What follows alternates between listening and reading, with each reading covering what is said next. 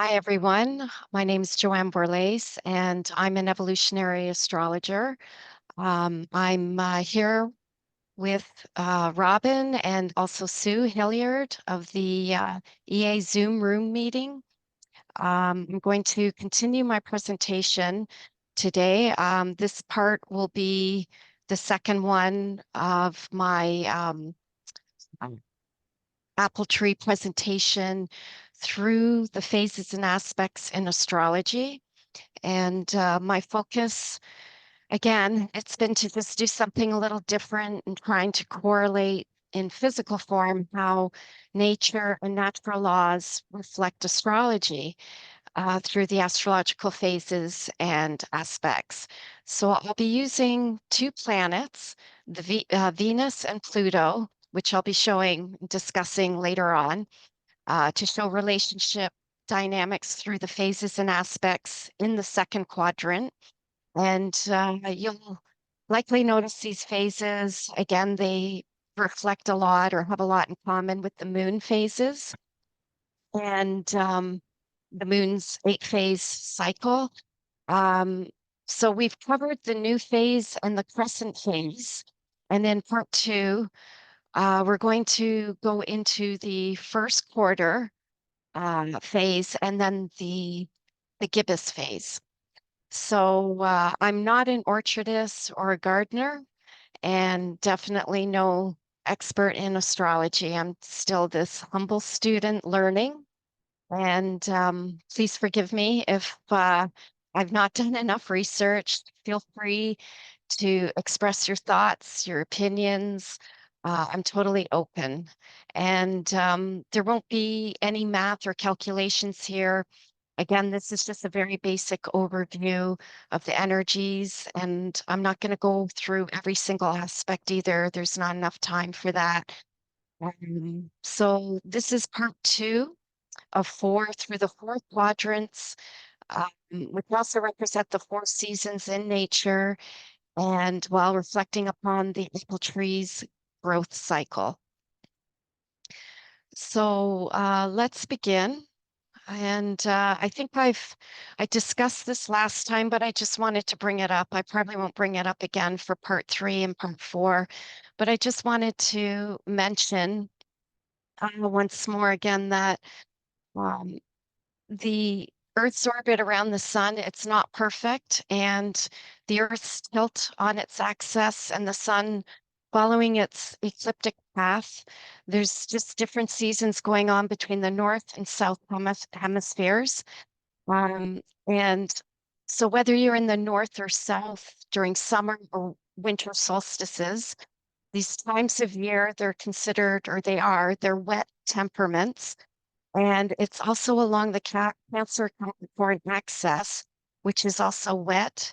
And when summer, the rain, winter, we have the snow, high precipitation going on. And depending on how seasons, the conditions in the seasons play out, the photos in this presentation, they may be off a little bit seasonally, maybe like a month or a few weeks, depending on your location. I'll just go to the next slide here. Um, so there's a lot of, uh, in part one, I talked about as above, so below, and the macrocosm, the microcosm principles. So here I'd like to give a bit more of an introduction to the folklore and the mysteries about the apple and the apple tree through the story of Snow White.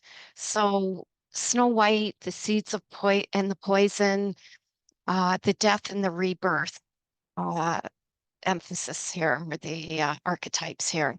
So Snow White, she ate the poisoned apple, causing her this sleeping death. And even though this is just a fairy tale, there's a lot of significance and philosophical meaning in life itself. Snow White, she accepts the apple from her stepmother, who's the wicked stepmother, the wicked mother, the witch whom she trusted, and the witch is jealous of Snow White's youthful beauty. And beauty is something associated with the planet Venus. It's valued, it's worthy. So they're relevant to the planet Venus and the Taurus and Libra archetypes. So when biting into this juicy apple, the sweetness, which is one of Taurus's five senses, being taste, um, it's very luscious. You can't get enough of it. I mean, you're eating and eating it, and then suddenly you get to the seeds or the sharpness of the encasings of the seeds, which connect with your gums. So it's basically a warning that you get to, and with eating the seeds, there's this bitter taste, and it kind of shocks you. It's a bit of a crisis that goes on inside. You've forgotten the sweet, the sweetness of the apple, and so now you're confronted with this feeling of what have I done? And that sweetness feeling you tasted only moments ago, it's gone. And so the seeds, they turn into cyanide in the body, which is poison and emphasizing death. So this is all real stuff, real stuff. Another interesting fact with this story is it's a it's a bit of a wake-up call or an awakening when you're confronted with these seeds. And this is sort of a Uranian or an individuating element going on here. Venus was actually born from sexual violence and from the testes of Uranus cut by Saturn, and who after threw them into the sea, and then um, there was this foam that fell into the sea as well, and Venus rose from this foam. She walked out of the sea and onto a beach. And so this can be compared to walking out of source, the divine mother energies. And this is all in reference to water as well. And this is very important because the first quarter phase and first quarter square are at a water archetype being Cancer, which I'll get to in a moment. But Venus is also exalted in the sign Pisces, which is also water again. So we're looking at a lot of water energies here that are associated with the divine and also mother energies. And I think that Venus in Scorpio, it's quite a transformative place for Venus to be, especially in relationships. And Venus in Scorpio is like an investment, you know? So I also wanted to bring this Uranian element into the story where the Wicked Queen, she's quite rebellious with her husband. She will not conform to any of his standards. And this shows the potential of awakening to higher consciousness, which I think is really important. And the Queen, though, also she could be playing out a bit of the patriarch uh, archetype too in her domination of the husband. But Aquarius, it rules two planets. It rules Uranus and it also rules Saturn. Um, so I've gone a bit off track here, but just to say a bit more about the good Queen Mother, um, when she pricked her finger while sewing, she watched her blood drip onto the white snow, wishing for a daughter who had skin as white as snow, lips as red as blood, and then the hair black as ebony. So she died while giving birth to Snow White in the spring. And I'm going into this Cancer archetype again, the first quarter phase square. This is a time of life's renewal and transformation in the spring, between spring and summer. It's showing the cycle of death and rebirth again here.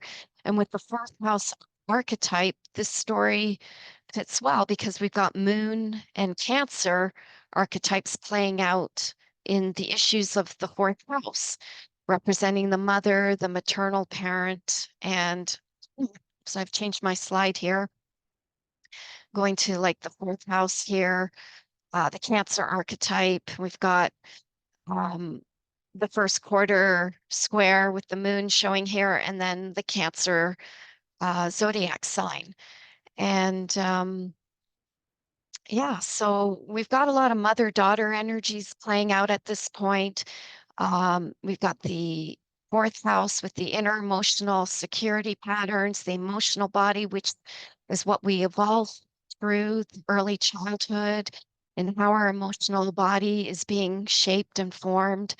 Also, the fourth house, the IC, the Imam Kwili, that's called the seat of the soul. And this is also on um, the Capricorn Cancer axis, which I also consider the spine of a natal chart. It's like home, it's family. And the fourth house activates the 10th house, the Capricorn polarity point. So there's this coming of age hypothesis to the story as well. And when you're looking at this access, there's a maturing element that needs to take place at this fourth house fourth or first quarter square, a maturing element that needs to take place. And it's a place of our foundation where we need to basically grow up, activate the 10th house archetype. And yeah, the coming of age stuff hypothesis. So yeah, basically learning to rely on ourselves and um, gain our own strength through our own inner nurturing, um, shape our own structure, our internal structures, our emotional body through the 10th house archetype. So I also wanted to say about this Queen Mother soul who she threatened, or sorry, she sacrificed herself, her life, to birth her daughter, Snow White. And the Queen Mother is possibly even that same soul transformed into the child of Snow White as she was birthed through the Queen Mother's womb, which is also representative again of the Divine Mother. It's a place of source or connection to source through the Trinity. And yeah, so she birthed this child as if she birthed her own dream of beauty worth dying for or murdering for, which the wicked stepmother, when she was coming into the picture, being so envious of that spiritual beauty. And so when we look at beauty outside of ourselves, if we don't have a very strong internal structure, then we can feel threatened and um, as feel threatened by somebody else's beauty. So I just kind of wanted to bring all this stuff up. I thought it was important. Just a couple of elements. Apples also symbolize the loss of innocence when eating an apple, and the white of the apple symbolizes purity, innocence, what is good, what is sweet, which was Snow White's skin. And then the red skin symbolizes womanhood, fertility, blood, life, which is life and water, um, and menstruation, sexuality, but also violence and murder, which is representative of Snow White's lips. And that's the process of the metamorphosis taking place. And then there's the seeds, the dark seeds, when the apple's ripe and ready, which represents evil or something bad happening, which is cyanide poisoning. And that's the death or transformation element taking place. And with the fourth house access to here, there's that family saying, the apple doesn't fall far from the tree.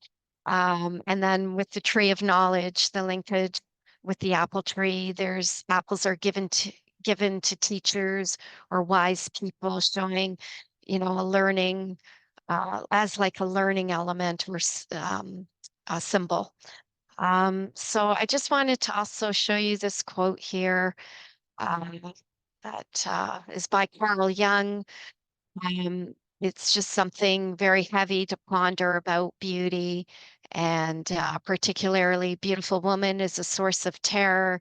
And then, as a rule, a beautiful woman is a terrible disappointment. So it's just there's um, a lot of deep meaning in this quote that I mean you could really dig deep into this stuff. So moving on. So each quadrant here, looking at the four quadrants. So we've got the first one, which we covered. And actually, I do just want to mention something here in this quadrant, the new phase, something I wanted to touch on, but I missed. And that's just the glyphs, the astrological glyphs, and how they reflect nature. They can be seen. So in Aries, we had that bud opening up, as above, so below, stuff happening, the upward thrust of life. Aries also resembling the human reproductive organs, and then its polar point, or the Libra Aries axis. You've got the human reproductive systems going on, and Aries and Libra, it's about balancing energies. Also, cell division in meiosis and mitosis, as you can see here.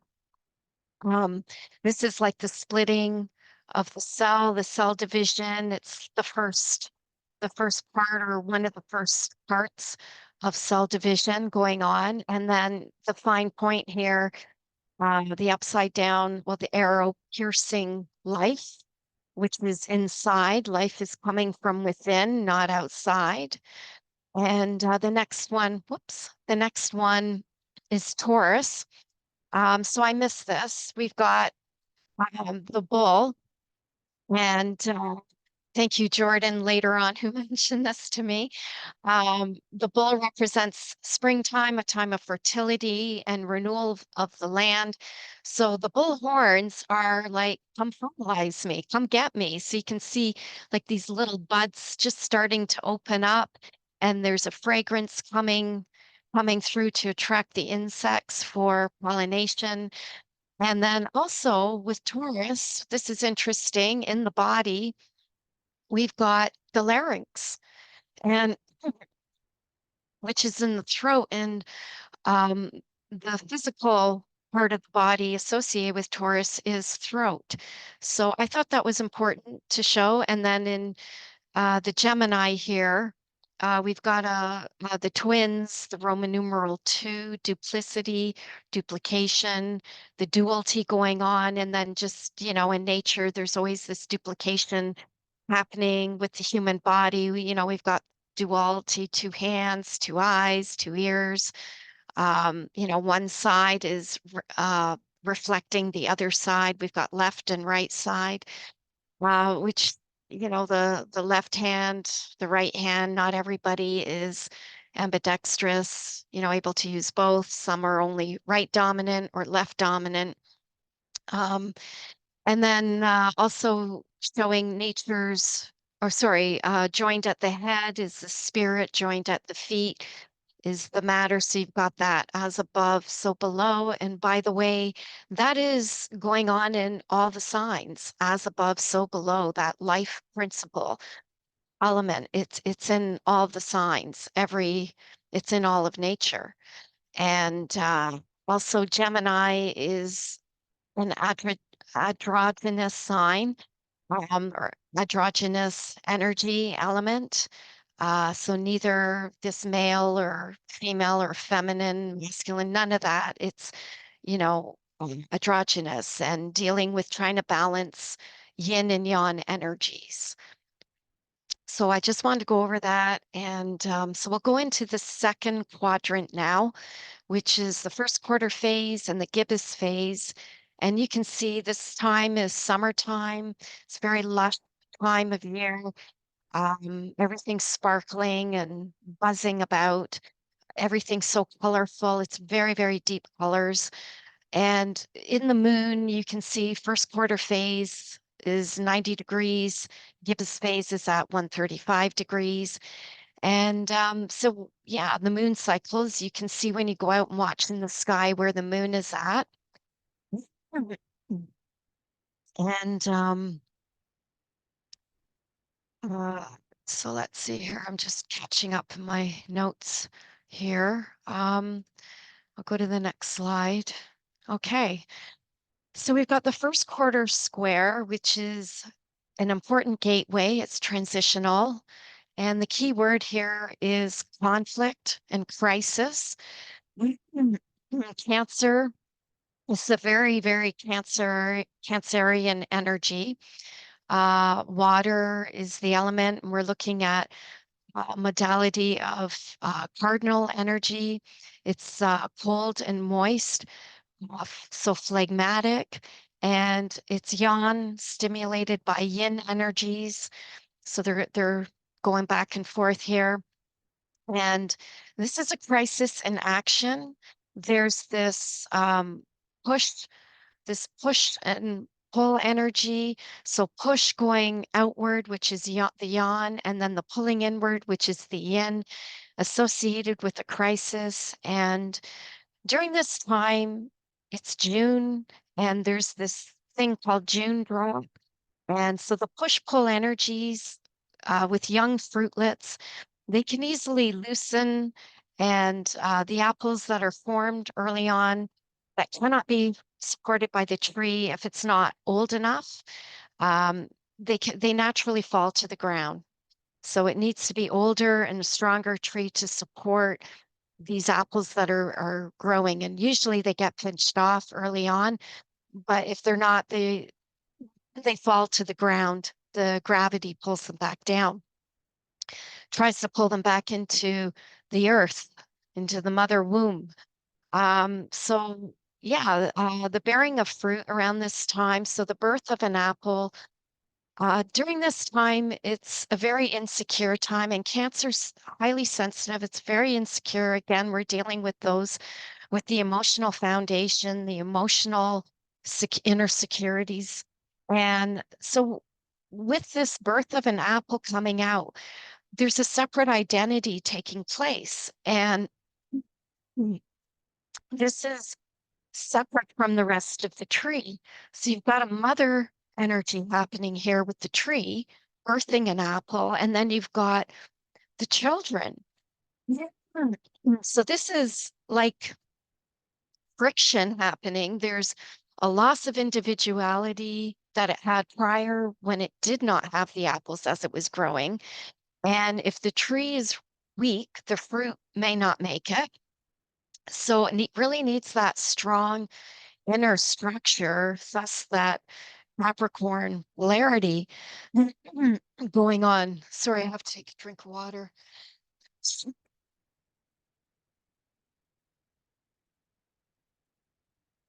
So yeah, the 10th house, fourth house access. And in human consciousness, at this point, this is a fear of loss of individuality because the soul wants to stay where it feels safe and secure and not emerge and to not bring out this new identity. So it's taking a lot of energy. It's going into a bit of a fear state. So that's why this is like a crisis in action taking place here. Also, during this time, um, there's still the stem attached in the apple to the tree. So it's like an umbilical cord. So it isn't really fully pushed out yet. It hasn't really fully pushed out yet. It's it's in its process, and tree growth is very slow. It's Taurus. It's not a very fast moving energy. And also at this point, tree bark is coming out, it's thickening more, it's growing another layer of support. and it's trying to create a strong inner and outer structure and boundary and also foundation. Um, yeah, so you're looking at the Capricorn energies here in the 10th house and opposite fourth house, um, uh, Cancerian energy. So also no true two trees, apples or leaves are the same. Even going back to the duplicity or duplication in Gemini, your right side is not the same as your left side. So when you look at two leaves or a couple of apples, when you look closer at them, they're not the same. They have a similar structure and layout, but they're totally different. So yeah, that's considered the egoic structured identity that's building or taking place here. And yeah, so trees have an inner unique identity too, an individuality in every tree, every leaf, every apple. So this is again a very significant time. It's a gateway because without enough supported elements this time of year, as in the sun, which is fire, earth, the soil, and the nutrients, the wind, the air, and the rain, being the water. The tree and the apples will not grow to their potential later on. And rainfall also increases that mother's milk mixed with, the water mixed with the soil. So that's like the mother's milk to nourish the tree. And that provides sugar that gets turned into starch, which gets stored for energy later on for the tree's respiration to take place, and for its further development. So I just wanted to go over quickly to just the glyph here. We've got the egg and the sperm, the fourth house, Cancerian energies, which is the family, emphasis, the maternal, paternal parents, the offspring, the ancestral lineage, early home environment, inner home foundation, that sort of thing, the claws of the crab. So you can see in the pictures here, the stigma and the stamen. So this is all the reproductive happening, taking place, and they really do resemble the astrological glyphs, which are the constellations in the sky. So nobody made this stuff up. This already existed. And also the breasts, the number 69, which continues the as above, so below, and you can see it here, you can see it here, the as above, so below. And going on here, the yin, the yang, which is relevant here, also part of this archetype, day and night, inner and outer.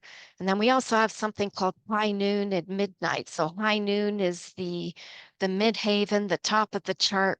Capricorn's the highest point, and then the deepest part of the soul, the bottom of the chart, the IC, which is midnight, which is a very, very significant time because it's um the energies are so opposite and yet they're connected. And midnight and high noon, yeah, I mean you've got that moment between day and night. Okay, moving on to the trine. So you can see here at this time of year, there's more mature tree here. In the tree, it's showing off its creative self-expression, self-actualization. Cells are multiplying here. There's a fullness of self and a lot of heart in what it's showing, or giving to, life. Um, there's that fire and yawn energy. The emergence is instinctive and it's outward. It's very powerful, strong. And again, the apples are the tree's children, which are the seeds of the future. And yeah, you can see it's just brimming with brilliance and pride and the ripening color, the red that you can see coming in here. Um, there's this waxy coating too. Yeah, so when you don't have a mature tree, just down here, I'm just showing off the sensitivity, how the branches can easily be eaten or broken off at this point. So there's a lot of sensitivity here and fragility. But going on to this Leo archetype, the trine, with the keyword is gift. Um, we've got this eye shine element. And so the apples, they actually excrete this waxy coating naturally. And this is to protect the apples, but this waxy coating, I mean, that's the eye shine element of Leo. I shine, I'm coming out sort of thing. Look at me. Look at all my stuff. And it's just very I shine energy. It's pretty brilliant. Um, and I'll just move on here. So when we're looking at that constellation of Leo, also again in the sky, it's associated with Hercules' battle with the fierce Nemean monster lion, which was one of Hercules' first 12 labors. But it's also associated with the flooding of the Nile during this time of year, and where arid land becomes fertile. And also in looking at the glyph, it's like the shape of a heart, half of a heart, two heart halves here. So you've got it here and then down here. Again, as above, so below, and showing that you should be following your heart and right use of one's will, honor and power of the heart, and to not lose heart during challenging times, which is really important to have strength and courage, the courage of a lion's heart, to be brave, that sort of thing. And then the sun's eagle life force, the inner solar child, which is the creative expression. Just going back here, and looking at these pictures, you can see the tree's creative expression of itself, its ultimate expression taking place here. So it's very important. And also, I want to touch on this mitochondrial Eve, which is the X chromosome, and then Adam, we have the Y chromosome. Um, Particle with a wave, that's this particle element here, and then the wave, and then we've also got the sun and its rays being the wave, and then also the egg and the sperm too, like in the previous slide before with Cancer. We've got like the egg here and then the sperm. And then this time of year, in looking at full bloom, the flower with the petals. So the center's like the sun, and there's a lot of life force in this center. And here you see opening up with the rays of the sun. So it's kind of like going outward. And then the bee pollen too, which is the color yellow or very golden. Sometimes it's brown, but the ranges are very much the sun's energy. And so, yeah, I just wanted to bring that up too. I thought that was pretty significant with Leo and the trine. So moving into the gibbous phase here, the sesquisquadrate, and the key word here is challenge. So it's a Virgo in essence, but it's still in Leo. And so you've got this yin and yang, or yeah, yin and yang stuff happening. So the apple here is pretty much pushed itself outward, and it's trying to adjust. But there's more maturity showing in its red or blush color and still to come. And there's these imperfections that also emerge in the leaves and the disease, fungus and viruses that begin to set in, and the leaves may start dropping off too. And even if the apples are very healthy, they still separate. Like there's this separating energies going on. There's a loss of leaves that can be considered a sacrifice to put the energy into the apple. So this is very Virgo, to serve the apple, which is its ultimate prize. And then the separation of of the disease that's coming in, this is kind of like a discernment of what to keep and what to eliminate. So you can see that the energy is also withdrawing, it's going inside again towards the apples. But you can see a lot of the Virgo and the gibbous phase and the sesquisquadrate playing out here. And so I don't know how the apple tree or the apples feel, but I don't think this disease stuff feels very good. I don't think that, I think it's an irritant or it's annoying, which is very much this sesquisquadrate energy. It's an annoyance. Yeah. So moving on to the quinquance, which is an adjustment or an analysis taking place. So we've got the external growth slowing down, and there's this state of inertia that's coming to set in, and the tree is likely adjusting to its next phase of development, and the energy is being pulled inward this time of year as well, being that there's a big seasonal change coming. The temperatures are starting to drop and the light is starting to decrease. So there's this possible collapse of outward energy to move inward.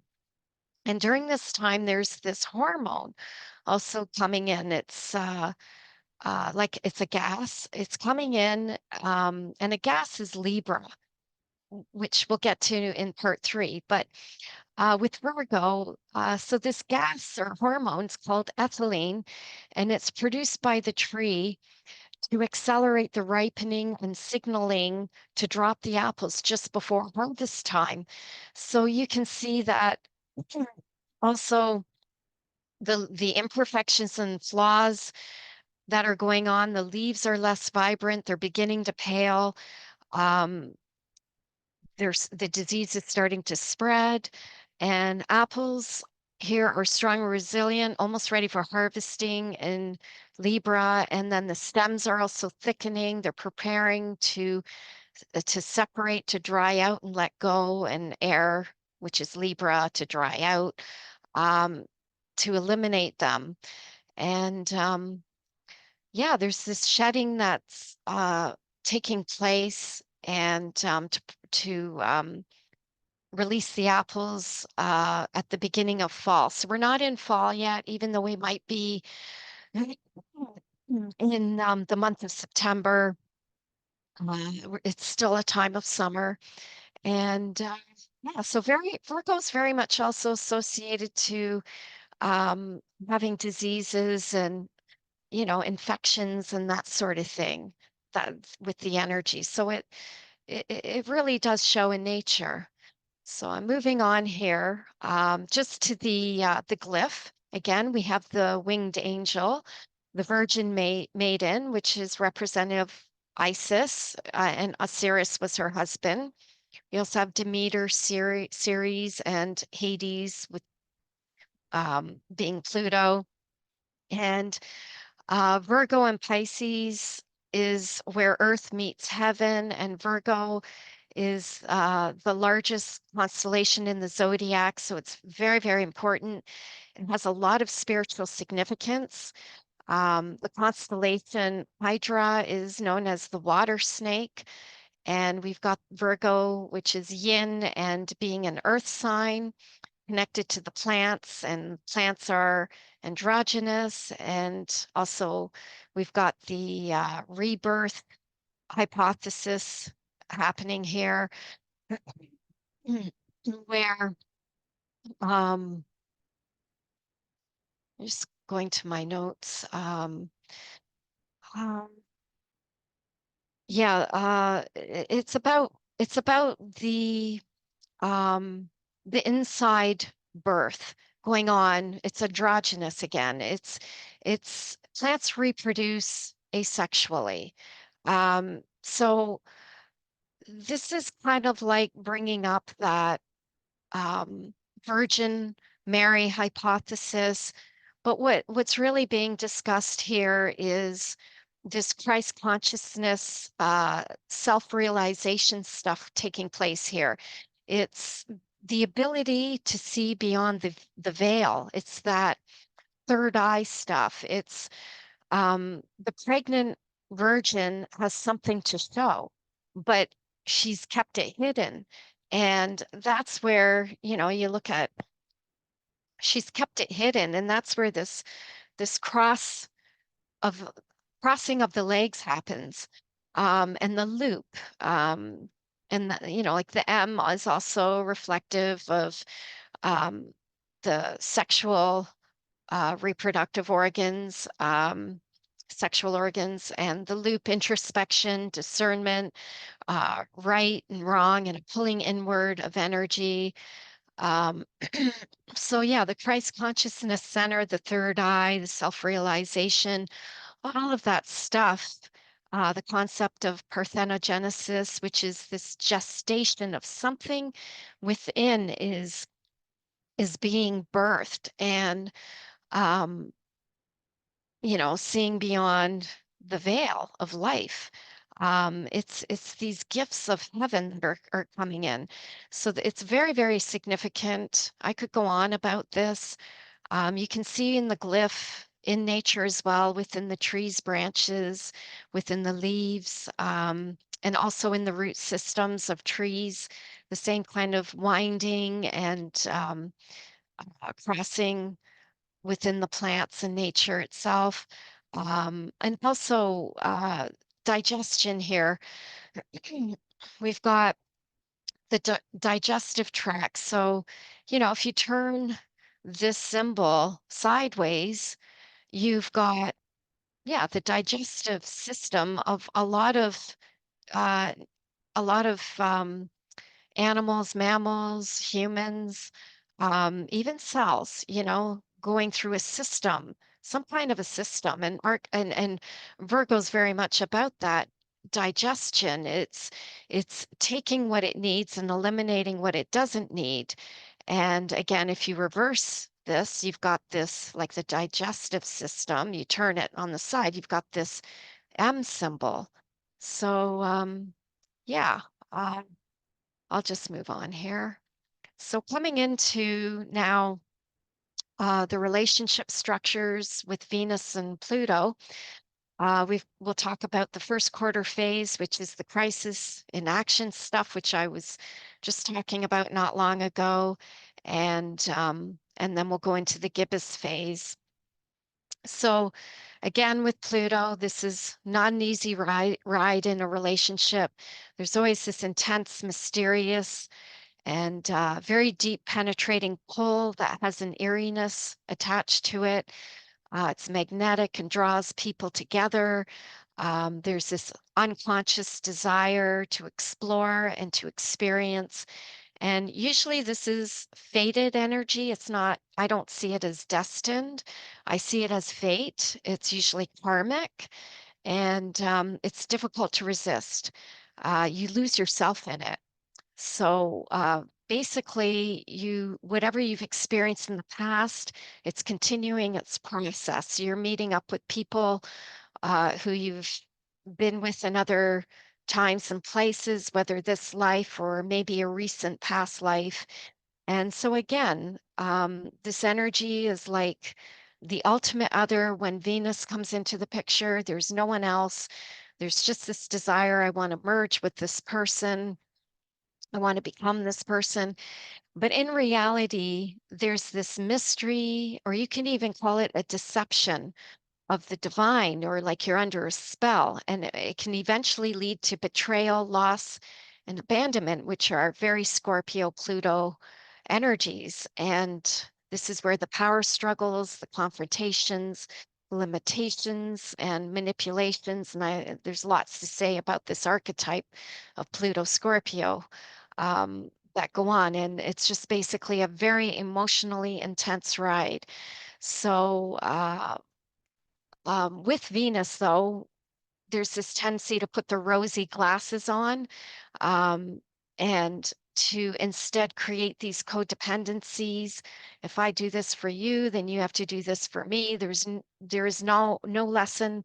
Well, it's a lesson of unconditional love, but you have to go through the conditional love. before you get to the unconditional love. And again, losing sight of oneself in the relationship, the displaced emotions, imbalances, and extremes between self and others, trying to balance time. So, time alone, time spent with others, which is very Aries Libra stuff going on. And then there's the inequalities and tendency to go to extremes, also needing to be in a relationship. All of this stuff is basically going to bring a deeper awareness about yourself and the relationship and where you fit in it all, and also the other person. And this is a huge lesson and part of the soul's journey. So, yeah, these Pluto Venus aspects, they often weave a narrative of one's dance of your own shadow and your own karma, revealing how one might emerge or engage with these themes of control tactics and power struggles and all of that stuff. So moving on to this first quarter phase plus the first quarter square. So this energy, again, crisis in action. This is where there's deep emotional reactions that play out. They're the unconscious inner security needs and patterns, and it's that crisis in action, one's inner foundation. And so high emotional needs are likely expressed here at the square. There's this dependence on support from others that can emerge when you're going through something difficult on your own. And this is where the codependencies can form, and it creates the power struggles and inner conflict that happens within a relationship. And the parties are not likely in a happy place when, after we've left that trine of um, uh, or sorry, after we've left just the initial part of the relationship, here we're really, really getting to know each other. And so everybody's stuff's coming out. And there's this tendency to withdraw from one another as well.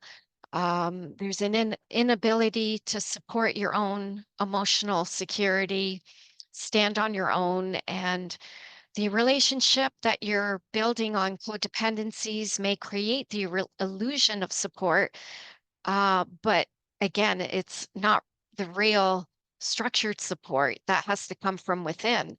So, yeah, we could easily end up in these places of, a happy place where it was before when you first met, and a nice sunny warm seat here to a wet destructive seat here. And so these are the good times and the bad times. You got a flat tire, and I like to go back to this tricycle where the big wheel is the relationship and it needs two partners to drive it. But when one partner has a flat tire, what do? You have to pick yourself up. You can't rely on the other partner to come over to leave the wheel and try to fix the other wheel. You can't do it. So you have to do the work on yourself for this stuff. And it's very difficult. And of course, so you need to have that really strong inner structure, which is really difficult with the square. So we often look for, um, this parental nurturing as well from our partners. And this is impossible for anybody to give, because self-nurturing has to come from yourself, not from somebody else. And so the reason why we do this is because Cancer naturally squares the seventh house, which is the relationship. So we're always looking for our parents in our relationships.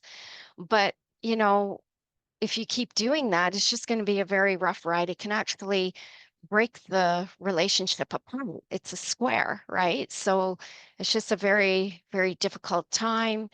There's a lot of neediness going on. And also with Venus, It's about values and self-worth and valuing your ability to be responsible and fully accountable for yourself. And the more that you are valuing that that worth in yourself rather than trying to get it from others, that helps strengthen the relationship. So yeah. So moving on to the first quarter trine. So this is a really gifted place for the couple or the partners, and um, we've just left that big scary square, and so the bond starts to become closer now. There's more trust and warmth. There's a more solid foundation taking place. Um, from being built in that square, and there's this fullness about the relationship. The person you're with is everything to you, it has everything to offer you. It's a time of ease and fun, which is the Leo trine stuff going on. You're in tune with one another, you're in the right place with the right person. Everything fits true together. The opportunity to take bigger steps forward or to do bigger stuff together is there. And the energy is just really flowing strong, like it is in the summer, when everything is buzzing around and sparkling. And so there's a lot more creative expression and sexual chemistry that takes place here.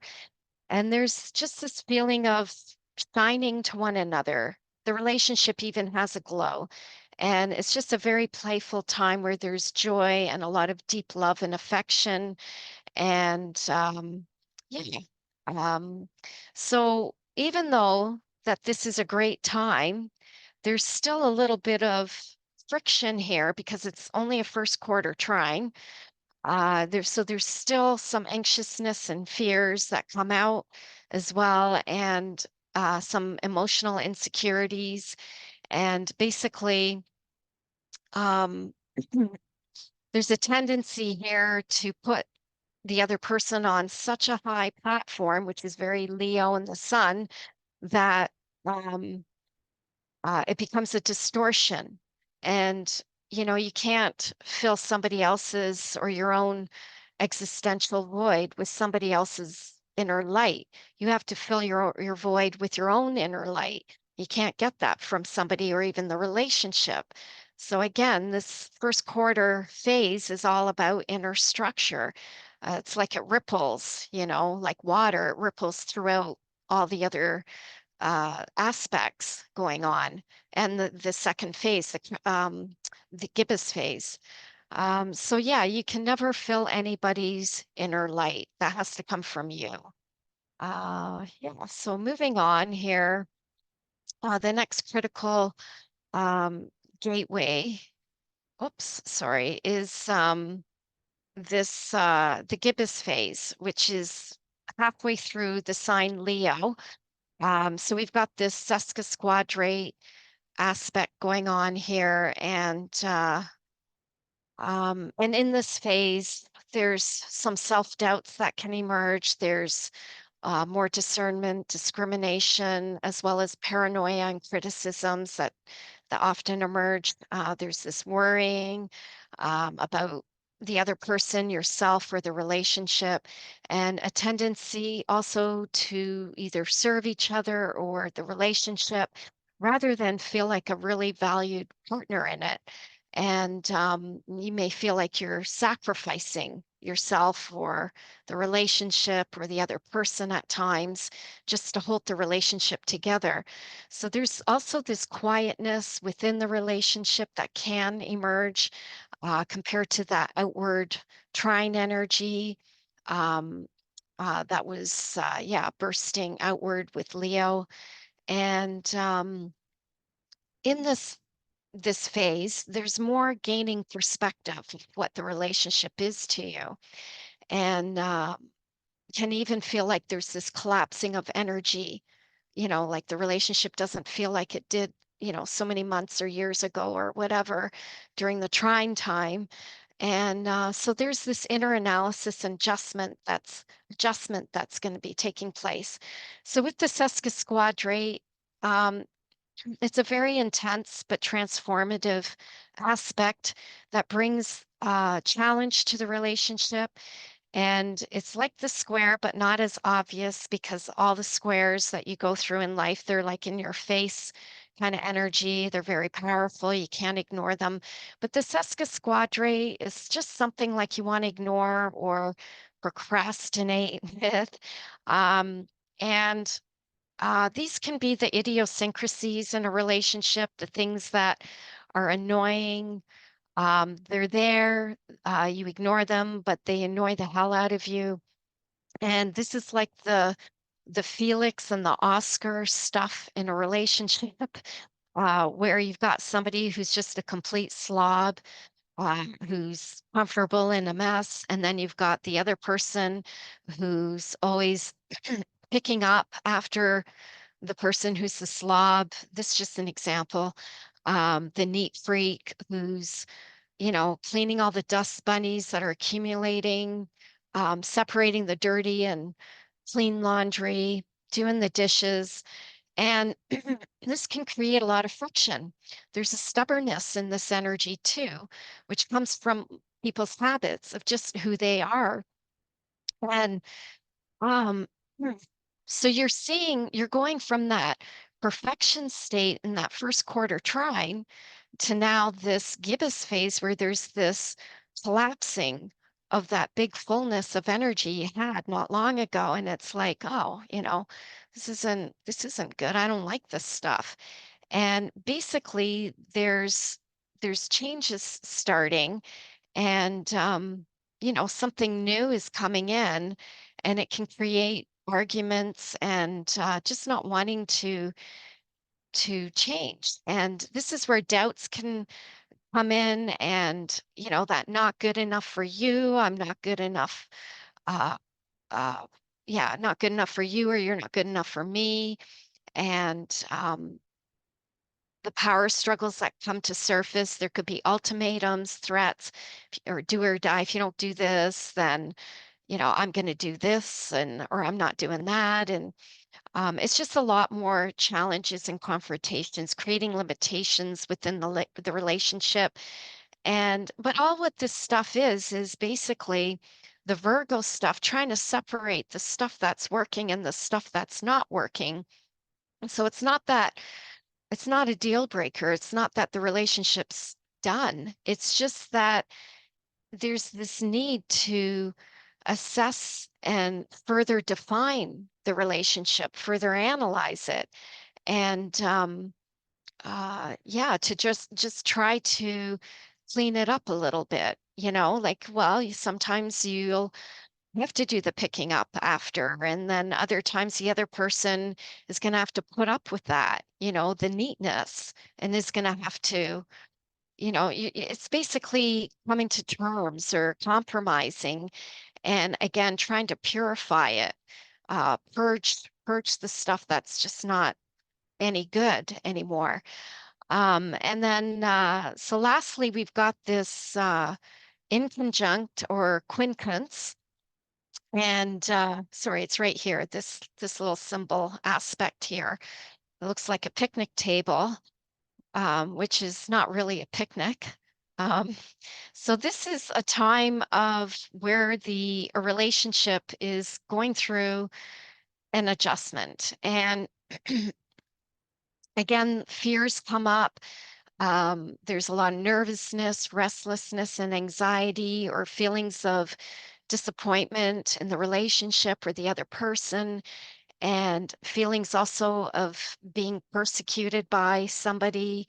Um, and this can also bring endings. This is actually a pretty strong aspect. Actually, I think all the aspects, even the soft ones, are pretty powerful, depending on how they're playing out in a chart and during transits. But anyway, so this is unpredictable energy with the quincunx. You think things are going a certain way, and then suddenly something new comes in, and you're like, oh, this isn't what I wanted. And so there's this sacrifice that begins to emerge. You have to sacrifice something within you to put up with somebody else's stuff. And it's like uh, one person, like, just this is kind of extreme, but say you find out your partner's involved in drug dealing, and you're like, oh, this person kept this from me and had been lying, didn't tell me the truth. And we're dealing with Mercury energies here. So lying could come into play, and there's this business of discernment and discriminating fact from fiction. So you find out this element, well, this is not my thing, and should I end the relationship now? But I'm totally pulled into this relationship, like we're living together now. So what do you do? And so, do do you go through this dilemma of separating, eliminating your own prior values and judgments, or do you split with the person and say, this is just not my thing and I can see where this is going? But it's just a lot of times what happens is people put up with stuff. That's what this energy is kind of about. We put up with it. And Virgo's also known as the archetype of masochists and the sadist, and possible feelings of deserving such kind of relationship or a person, and having to sacrifice your inner values and worth while being dominated by somebody else's values and worth, and having to accept it. So here you're looking at, again, the separating of energies, separating of what the elements are in the relationship. And it's really not an easy time. It's these relationships are at this point are going through some difficult phases. And, you know, um, yeah, it's just all, again, this Virgo energy and these aspects, it's all about processing these energies and archetypes that are taking place. So you can see in nature too how reflective it is, like the disease. The leaves are not as bright, they're paling, and things are just, the energy's just all starting to change. The light is starting to decrease. And yeah, so I think that's pretty much it. Yeah, so this concludes my second quadrant. Hopefully I'm not too far over time here. I just want to say thank you so much to all of you for being here, for your time. Thank you again to Sue and Robin and the EA Zoom meeting team for this brilliant invitation. Very grateful. And I just want to thank my magnificent teachers, also at Soulwise School of Astrology, Evolutionary Astrology, and in particular, Rose Marcus for all of her wisdom, guidance, and support, and the Jeffrey Wolf Green Association of Evolutionary Astrologers and the Jeffrey Wolf Green School of Evolutionary Astrology, all other EA astrologers, my friend, and uh, also another teacher for his continued wisdom, guidance, support, Michael Zezas, and special thanks to Darren Turpin again for just these beautiful photos, and for his kindness in all this research, or not all of it, but some of it, helping me with my questions. Yeah, that's pretty much it. If you're looking for any schools, books, and resources, feel free to resort to this page here. There's a lot of brilliant teachings, and also the channel, the Evolutionary Astrology Zoom meeting room channel. You can get a lot of education there too. So I think that's pretty much it. If you want to contact me, you can reach me here. This is my contact information. my website, my email, and also my YouTube channel. Thank you so Oh, much. thank you, Joanne. I love how you tied everything together so intricately, and you didn't miss any details. Yes. Excellent job. Thank you. Thank Thank you. you so much. Thank you. We look Peace and forward to love. part 3. Thanks so much. Peace and love too.